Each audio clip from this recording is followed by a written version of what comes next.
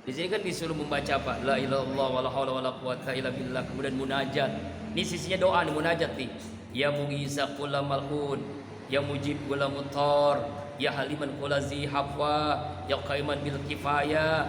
Ini namanya doa nih, doa yang disampaikan oleh ulama ahli hati ini, dokter hati ini. Intinya adalah zikir. Jadi kalau ingin hidup kita nggak susah, zikrullah. Selalu berzikir. Selalu berzikir. Zikir itu ada 4 ya. Pertama, qalbiyah, di hati. Kedua, lisaniyah, di lisan. Ketiga, akliyah, di akal. Keempat, di jasadiah, di fisik. Zikir hati itu bisa kita lakukan dimanapun, bahkan di WC sekalipun. Yang penting jangan diucapkan, ya kan? Zikir hati, qalbiyah. Di rumah, di jalan, dimanapun kita zikir. Di atas motor, lagi dengar kuliah, lagi dengar ngaji, kayak gini zikir. Kan kita bisa lakukan dimanapun. Alladzina yazkurunallah qiyaman wa qu'udan wa ala junubihim. Yaitu hamba Allah yang selalu berzikir dimanapun dia berada. Posisi apapun dia selalu berzikir. Yang kedua, zikir lisan. Ya kita baca Al-Quran itu zikir lisan. Ya kan? Sholawat, istighfar, itu zikir lisan. Apa kata Allah dalam hadis ini? Allah berfirman hadis qudsi. Firman Allah yang ada dalam hadis qudsi. Ana, kata Allah, ma'abdi zakarani wa taharakat bisa patu. Aku bersama hambaku yang hatinya ingat aku dan lisannya menyebut namaku. Itu namanya zikir lisan. Yang ketiga, zikir akal. Apa zikir akal? Memahami apapun yang terjadi itu orbit takdir Allah. Kamu Allah takdirkan ada di kalbun salib, emang udah di lauhil mahfuz, Allah takdirkan di sini. Abi di sini ngajar, memang Allah sudah tentukan. Jadi memahami apapun terjadi sudah dalam ketentuan Allah. Ya, kadang kasar.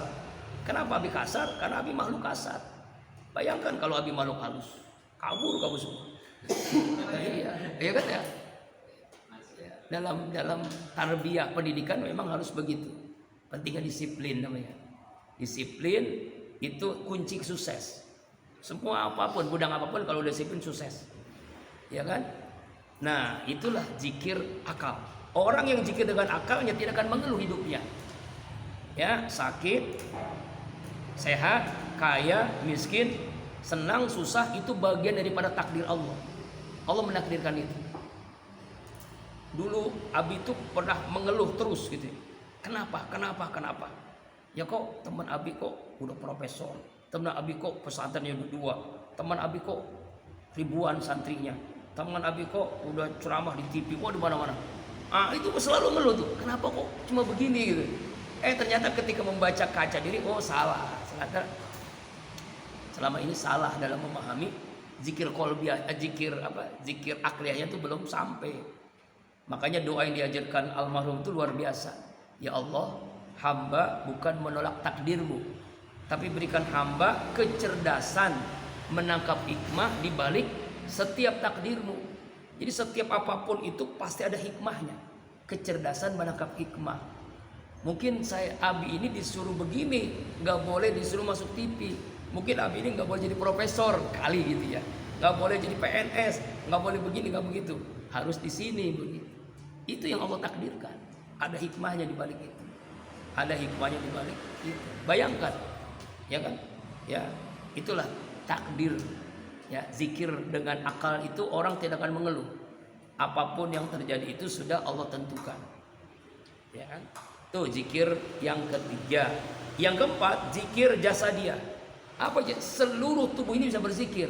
Mata berzikir, melihat Al-Quran, melihat kitab, ya kan? Melihat orang-orang soleh, ya kan? Coba lihat tuh, bayangkan tuh coba yang kemarin zikir kan, coba enak kan ya? Makanya bulan depan ya beli baju putih dah. Mau baju putih kayak begini, mau baju koko, mau baju gamis, rasanya beda. Zikir tuh ibu-ibu semua udah putih semua kan, ibu-ibu kan udah putih semua kan. Beda rasanya. Sama seperti Abi merasakan nikmatnya itu ketika memakai pakaian ihram. Pakaian ihram itu nggak pakai baju, nggak pakai kaos, nggak pakai sidi, nggak pakai celana dalam, hanya 2 lembar kan? Ya kan pakaian ihram tuh, kan ihram. Itu zikir nikmat luar biasa karena kita udah nyatu dengan apa ya, dengan Allah. Nah, kan coba dah lihat. Itu pakaian itu mempengaruhi kehusuan. Coba deh. Ya. Ya, ngumpulin uang dari sekarang dah. Minta sama uang. Saya mau tambah uang sama orang tua. Pasti mau dah. Abi nyangka pasti mau. Husnuzon aja kan. Ya, Bapak beliin baju koko dong. Beliin baju koko warna putih, gamis warna putih. Atau kamu mesen ke online, ya kan murah online mah. Itu baju online itu bisa 50.000, ada, bagus. Wah, itu maksudnya adalah supaya bisa menikmati zikir. Coba pakaian putih-putih dah. Makanya Abi itu kalau ceramah, dakwah ke keluar itu nggak pernah pakai baju. Ini juga jarang kena hitam, hanya di sini aja. Ini baju putih-putih terus. Karena memang bisa nikmat kita. Ada kesan yang beda gitu. Coba dah. Kamu pakai baju putih, gamis putih, peci putih, zikir seperti ibu-ibu yang zikir. Waduh, kesannya beda. Bisa apa ya? Zauq, rasa. Ini bukannya apa ya? Nggak bisa dilihat di kampus, nggak ada ya. Nggak bisa. Ini udah bahasa zauq, udah bahasa rasa. Bahasa zauq itu bisa terasa kalau kita menyesuaikan apa yang kita, karena pertama sunnah, baju putih kan sunnah. Yang kedua, ya putih itu cahaya, jadi pancaran cahaya itu terasa. Coba deh, insya Allah ya, bulan Juli ahad kedua pakaian putih-putih semua, insya Allah. Wah, berat banget, mahal. Ya baju putih paling sekali pakai ya. Yang ada yang mahal ya. Nah, itu beli motor mampu, ya kan ya. Motor berapa harganya? Ya kan ya. Baju putih berapa harganya? Ya kan ya. Insya Allah ya. Nah, zikir. Nah, zikir apa lagi? Zikir tangan. Nah, zikir tangan itu sedekah. Gak mampu dengan sedekah dengan uang. Kan ada dengan apa? Senyum. Dengan bersihin WC, dengan bersihin kamar mandi. Enggak apa ya? Kalau ada sampah tuh pasti pengennya megang, pengennya taruh di tempat sampah.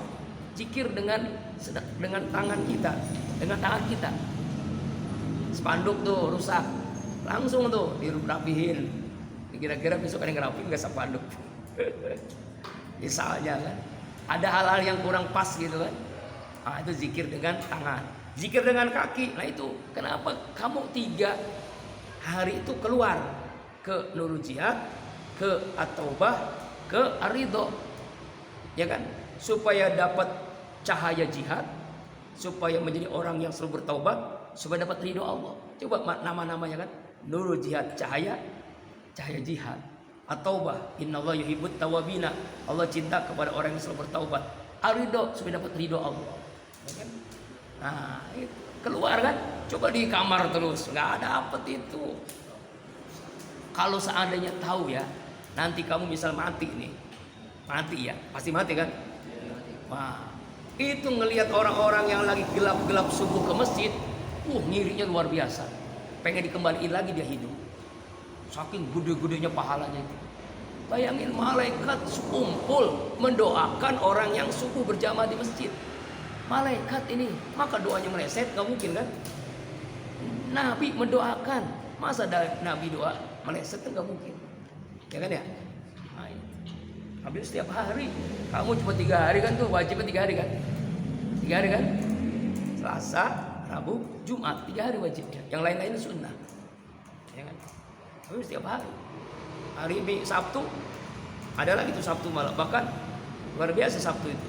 Kita keliling dari masjid ke masjid. Cuma Abi ngajak nggak pernah yang ikut, tahu itu kenapa? Karena nggak ada duitnya kali ya. Karena berangkatnya jam 3, berangkat setengah 4. Coba ikut dah.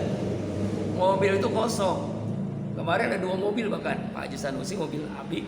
Mobil mana santri kata Pak Haji Sanusi. Ada yang ikut, alhamdulillah pada tidur. Ada yang datang, mungkin udahlah kita berangkat. Akhirnya sayang mobil itu. 2 mobil. Dia bawa mobil, Abi bawa mobil. Akhirnya udah 1 mobil aja lah. Ya, itu Sabtu tuh, setiap Sabtu tuh keliling kita tuh. Dari masjid di Depok, dari masjid di sini, ke musola, masjid. Ya itu namanya subuh keliling, subuh keliling, subuh berkah. Masya Allah. Coba tanya yang orang yang ikut-ikut itu.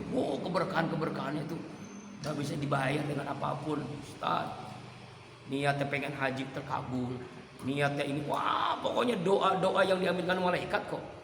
Masya Allah. Makanya Abi mah andalannya doa. Andalan doa, anak depan. Doa aja. Tahu kapan ada mau dikabulkan ya mungkin nanti di akhirat dikabulkan. Ya kan insya Allah. Supaya dapat asrama putri. Kan kalau ada asrama putri di depan kan enak saling lirik-lirik. Ya kan? Wah, itu calon saya. Ya kan ya? Ya mau ya? Iya. Soleha nih, habis Quran. Iya. Itu yang pertama, yang kedua apalagi? Liqa awliya, menjumpai wali-wali Allah. Apa yang wali Allah? Kekasih-kekasih Allah. Siapa dia? Minal ulama'i wasalin, ulama dan orang-orang soleh. Ulama orang-orang soleh. Jadi kenapa Sabtu Abi keliling terus itu? Karena ketemu ulama dan ketemu orang-orang soleh. Ketemu orang-orang soleh itu. Masya Allah. Keliling terus. Ketemu ulama. Jadi kalau kita ketemu ulama itu, coba kalau yang ikut dari awal zikir setiap bulan, itu kiainya, penceramahnya itu nggak ada yang sama, bergiliran. Ini udah 2 tahun ini nggak ada yang sama, kecuali memang omong bemper namanya Ustaz Sarifudin. Sengaja khawatir kiainya nggak datang, kan dia jadi apa badal seandainya. Tapi alhamdulillah datang terus nih. Bahkan luar biasanya tahun 95 mana dia nelpon, Yai saya kapan diundang? Waduh, yang ngundang sih enak, coba kan mikirin ongkosnya. Walaupun teman sendiri tapi mikirin ongkosnya. Ongkosnya variasi, ada yang 500, ada yang 700, ada yang 1 juta, ada yang 1 juta, 1 juta seorang, kalau 2 juta 2 orang, belum yang lain-lainnya. Nah, itu. Kemarin dihitung 1,5 ya, 1,5 kurang, 1,5 pun kurang. Belum nasi uduk itu ada yang ngasih, ada yang ngasih nasi uduk. Pengeluarannya lebih dari 2 juta, 2 juta setengah lebih. Pengeluaran, pemasukan 1,5. Subhanallah. Sama kamu ini kan bayar listrik sebulan 50.000, pengeluarannya coba aja hitung tuh. Subhanallah. Tapi ya bismillah aja. Ya, kalau udah di jalan Allah itu jangan tanggung-tanggung. Nanti Allah yang ngasih. Mungkin belum saatnya. Belum saat. Tuh, jadi pokoknya kalau kita ketemu sama orang-orang waliullah, kekasih Allah, para ulama, pasti ada inspirasi inspiratif yang lain. Ilmu kah, karomah kah, sering. Lalu yang ketiga yang membuat hilang kesusahan kita, kalamul hukama, kalam ucapan al-hikmah. Ya, tausiah-tausiah dari ulama itu pasti mengandung hikmah. Ai allazi yadullu ala khairi dunya wal akhirah, yang menunjukkan kebaikan dunia dan akhirat. Menunjukkan kebaikan dunia dan akhirat. Inilah 3 hal yang menghilangkan kesusahan. Pertama, zikrullah. Kedua, menemui para ulama. Ketiga, ucapan hikmah-hikmah dari para ulama. Kalau ini kita dapatkan, Allah hilangkan kesusahan kita dunia dan akhirat. Wallahu a'lam bishawab.